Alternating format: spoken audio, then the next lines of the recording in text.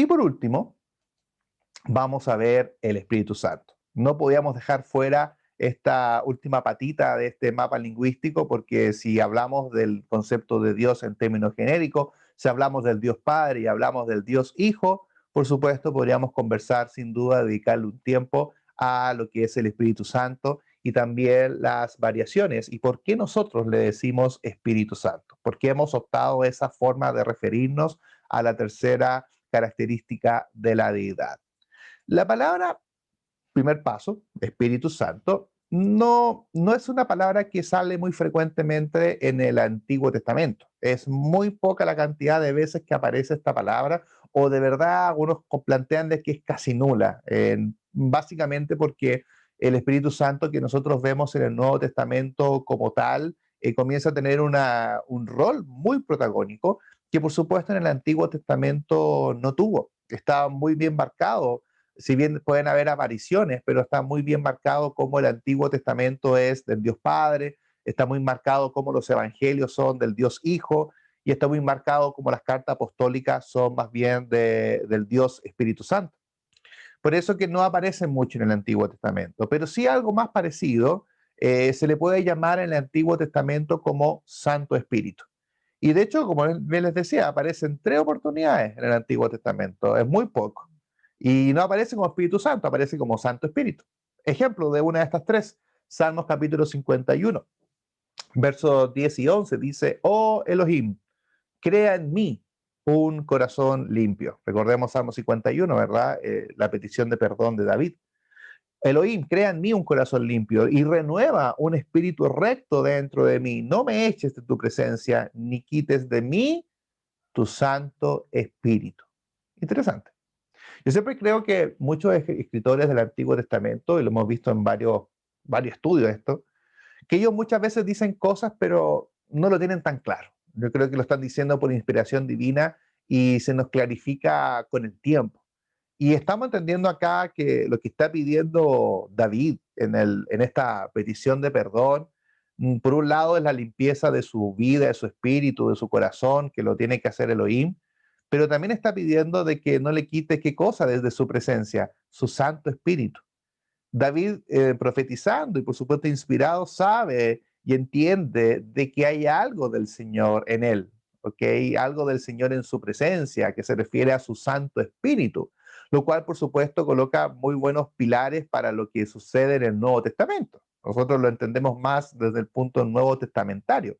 Pero en ese tiempo el Espíritu Santo no tenía ningún rol protagónico. Como bien digo, era casi nulo su tema o la temática. No es extraño que esto suceda así, comprendamos de que este gran misterio se nos ha revelado a nosotros y no a los antiguos. Entonces los antiguos tenían el mapa incompleto, veían a través de sombras, lo que nosotros tenemos completamente revelado. Pero ya de alguna manera, David nos está enseñando de que hay algo de nosotros que es la presencia de su Santo Espíritu. La palabra en hebreo que aparece ahí como espíritu, de la palabra hebrea ruach, como definición significa viento, por semejanza aliento o también por semejanza o contexto se refiere al espíritu. Y ya cuando miramos el Nuevo Testamento, la palabra ruach, que aquí está en hebreo, en el griego la palabra espíritu es peuma. También es bien conocida la palabra peuma o neuma, como queramos decirle, que ahí la palabra espíritu se traduce como corriente de aire, es decir, respiración o soplo o Dios que es divino, espíritu de Cristo, se refiere al Espíritu Santo. Por lo tanto, la primera palabra que es espíritu se está refiriendo a algo que viene de lo que es de Dios, de lo interno. Es un respíritu, es un viento, perdón, es un aliento, como dice ahí, es una corriente de aire, es una respiración, como dice también la definición. Por lo tanto, cuando nosotros decimos que tenemos el Espíritu de Dios, ¿qué tenemos en realidad? Es el aliento de Dios, la respiración de Dios, lo tenemos cerca. Es como cuando alguien te respira en la nuca o te respira en el oído, te respira cerca. Entonces lo que está teniendo es la respiración, la tienes al lado. Eso es lo bonito del concepto de peuma. Y cuando decimos que tenemos al Espíritu, estamos teniendo al Señor muy cerca de nosotros. Y el concepto santo es otra palabra griega, por eso decimos Espíritu Santo. No es una sola palabra, son dos palabras. Una es la de espíritu y la otra es la de santo, hagios, que por definición es sagrado. De hecho, es la palabra santo que conocemos en el Nuevo Testamento, sagrado, que puede ser físicamente puro, moralmente sin culpa o religioso y también como ceremonia en el concepto de haber sido consagrado. Entonces, es la definición que tenemos de santo, ¿no? Que es apartado, que es único. Por lo tanto, lo que tenemos en nosotros es que somos apartados y mediante qué cosas somos apartados? Mediante su soplo, mediante su respiración, mediante lo más íntimo del Señor. El Señor nos separa y nos aparta. Interesante, de ahí viene por lo tanto la etimología de lo que es el Espíritu Santo. Número 2, el consolador o paráclito. Nosotros no tenemos la frecuencia o la costumbre de llamarle al Espíritu Santo el Consolador, aunque efectivamente así aparece en las Escrituras. Pero está muy bien que no tengamos esa costumbre, porque la verdad que para nosotros no es el Consolador, para nosotros es el Espíritu Santo. Y vamos a explicar por qué. Y también vamos a explicar la palabra Paráclito, que está ahí en pantalla. La palabra consolador, o como la tenemos traducida nosotros, es citada solamente 4 veces en las Escrituras, nada más, 4 veces. Y es citado por Jesús en la última cena. Y es el título exclusivo para los apóstoles. Recordemos que el Evangelio según Juan, los últimos capítulos del libro de Juan, que son varios, hablan de, nos revela Juan, a diferencia de los otros evangelios sinópticos, lo que se conversó en la última cena, que fue una conversación bastante larga. Recordemos que en la Pascua los judíos hacían vigilia. En la Pascua ellos comían en la noche, pero hacían vigilia, no se dormían. Eso es un tema que vamos a estudiar en las clases de Éxodo, que estamos teniendo en la otra plataforma. ¿Por qué hacían vigilia? Tiene un concepto bien interesante detrás. Pero sin irnos para allá, esa cena fue muy larga, porque como bien planteo, los judíos realizaban vigilia, hablaban, estudiaban, conversaban, cantaban también. Y en toda esta conversación, Jesús utiliza 4 veces la palabra paráclito. Por ejemplo, no vamos a leerlas todas, pero creo que vamos a leer las más esenciales.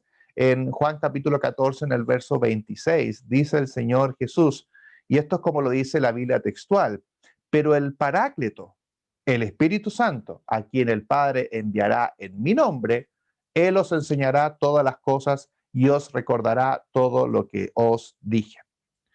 Interesante que lo traduzca como Paráclito, vamos a explicar por qué. Y también inmediatamente se explica de que a qué se está refiriendo a Jesús. Jesús se está refiriendo al Espíritu Santo.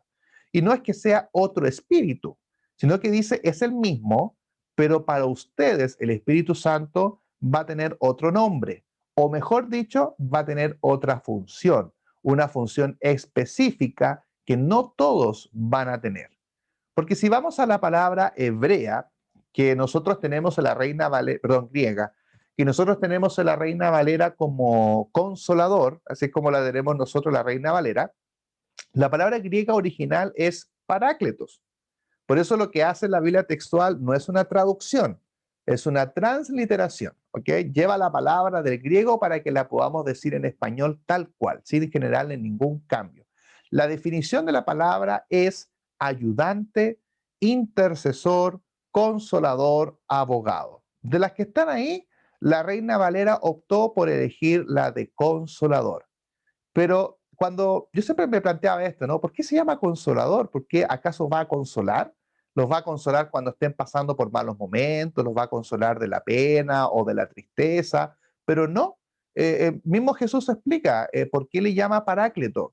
Y es como dice Juan 14:26, lo que está marcado ahí es porque Él os enseñará todas las cosas y os recordará todo lo que os dije.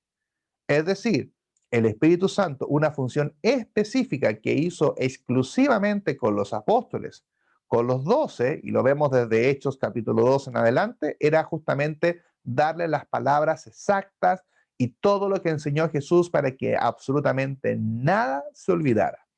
Por eso que el origen de la palabra paráclito, el prefijo para significa propiamente cerca y la palabra caleo significa llamar.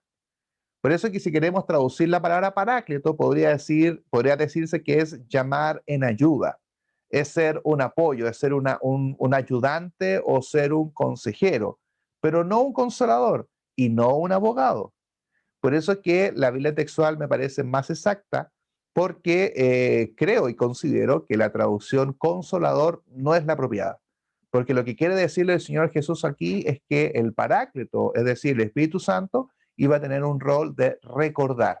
Y todos los que estamos aquí conectados, lo que estudiamos hace un año atrás de la Biblia, ya se nos olvidó. Así que el Espíritu Santo no nos ayuda de esta manera. Realiza otras labores, pero no es tan específico. Por eso nosotros no le decimos consolador, tampoco le decimos paráclito, porque es un término que solamente como rol lo utilizó el Espíritu Santo con los apóstoles elegidos. Definiendo más esta palabra del consolador o paráclito. Debido a que el Espíritu Santo tendría un rol de apoyo a los apóstoles en su ministerio, la mejor traducción sería ayudante o consejero y no consolador. De hecho, hay algunas versiones que lo traducen así. Por ejemplo, el mismo texto que leímos, Juan 14:26, pero la versión PDT lo traduce así. Pero el consejero, el Espíritu Santo, que el Padre enviará en mi nombre, les enseñará y recordará todo lo que les dije. Ellos lo traducen así, ¿no? Lo traducen como consejero. Esta palabra definió, escribí mal en pantalla. Esta palabra definió la ayuda similar que recibirían los apóstoles como lo hizo Jesús. Fíjese Juan 14:16, yo rogaré al Padre y os daré otro paráclito, paracleto, para que esté con vosotros para siempre. Me gusta ese versículo, simplemente lo quería mencionar porque la deidad está en un mismo versículo. Si se percatan, está yo, que se refiere a Dios Jesús, está el Padre, que se refiere al Dios Padre, y está el Espíritu Santo, en este caso como paráclito. Así que en un mismo versículo Jesús está hablando de todos los componentes de la deidad, yo, el Padre y el Espíritu, y que iba a estar con ellos, pero con esta labor específica, que era la labor de recordarles todas las cosas y tuviesen siempre la palabra asertiva e inspirada. Y por último, uno podría decirse, bueno, pero ¿qué es el Espíritu Santo para nosotros entonces? Sin realizar un estudio del Espíritu Santo, pero sí la tercera definición que tengo acá, más que una forma de decirle al Espíritu Santo, se refiere un poquito más como al rol o la labor que genera el Espíritu Santo en nosotros, como dentro de las tantas cosas, que es ser el sello, que es ser una marca, que nosotros lo leemos en 2 Corintios capítulo 1, en el verso 22. Nosotros conocemos ese texto con la palabra las arras del Espíritu, pero no estamos muy acostumbrados a esa palabra. Me gusta como lo dice la Biblia textual. Dice, quien también, hablando del Espíritu, nos selló y nos dio como garantía el Espíritu en nuestros corazones. La Biblia, la Reina Valera, la palabra garantía la traduce como arras, y las otras versiones, es peculiar porque las otras tres, yo normalmente uso 4 versiones para los estudios bíblicos, y solamente una traduce garantía como arras, pero todas las otras, la Biblia Internacional, la NBI, la PDT y la Biblia de la América, lo traduce como la garantía. Y creo que es un poquito más exacto, ¿no? Y se entiende mucho mejor el versículo, que nos entrega el Señor una garantía. Cuando vemos la palabra sello, la palabra griega de sello significa estampar y se refiere a lo que generaban los reyes, ¿no? El anillo o marca privada para seguridad o preservación. Muy bien, imagínese usted el sello, el que colocaban en la antigüedad para poder generar una estampilla, para poder generar una marca de que esto es original, que esto, por lo tanto, es algo que nadie puede abrir porque viene de un emisario especial hacia otro, el sello no se puede romper, no se puede quebrar. Por lo tanto, ¿qué hace el Señor? Genera un sello en nosotros, un sello que es una garantía de algo que vamos a tener en el futuro, que es el vivir con el Señor. Por eso la palabra arras, que está ahí, o la palabra garantía, se define literalmente desde el griego como la prenda de garantía, una promesa, es decir, parte del dinero de compra o propiedad que se daba por adelantado como garantía. Entonces, cuando tú quieres reservar algo, das una garantía, ¿cierto? Te adelanto este dinero para reservarlo, porque es algo que viene en el futuro.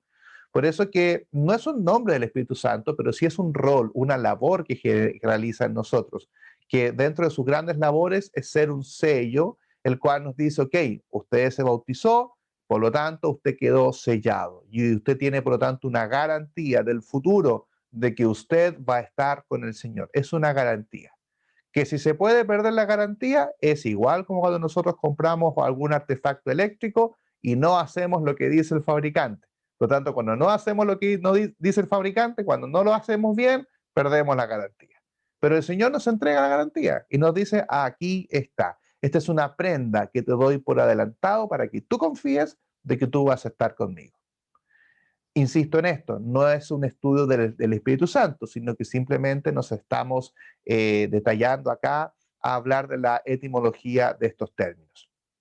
Y así es como hemos terminado el mapa lingüístico. Vimos a Dios y estudiamos las 6 derivaciones que tenía la palabra Dios. Estudiamos Jehová con sus 9 derivaciones, incluyendo Jehová solo, y las 8 que vimos después, 9 en total.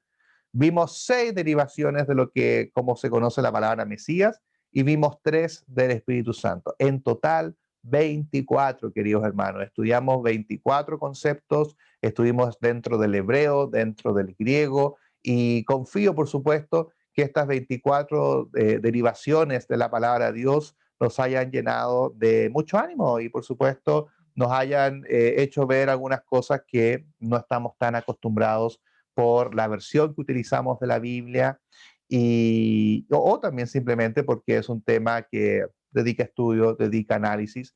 No pretendo, por supuesto, terminar aquí, en el sentido de que cada uno de nosotros se queda con una tremenda labor de estudiar mucho más las escrituras. Créanme que hay muchos más nombres, hay muchas más derivaciones. En un momento yo estaba estudiando y dije, bueno, ¿cuándo termina esto? Dije yo, no, ¿en qué momento decimos fin? Pero me parecieron que estas eran las más centrales y podemos quedarnos con un vistazo general de todo este tema. Los nombres de Dios del hebreo antiguo a nuestro presente.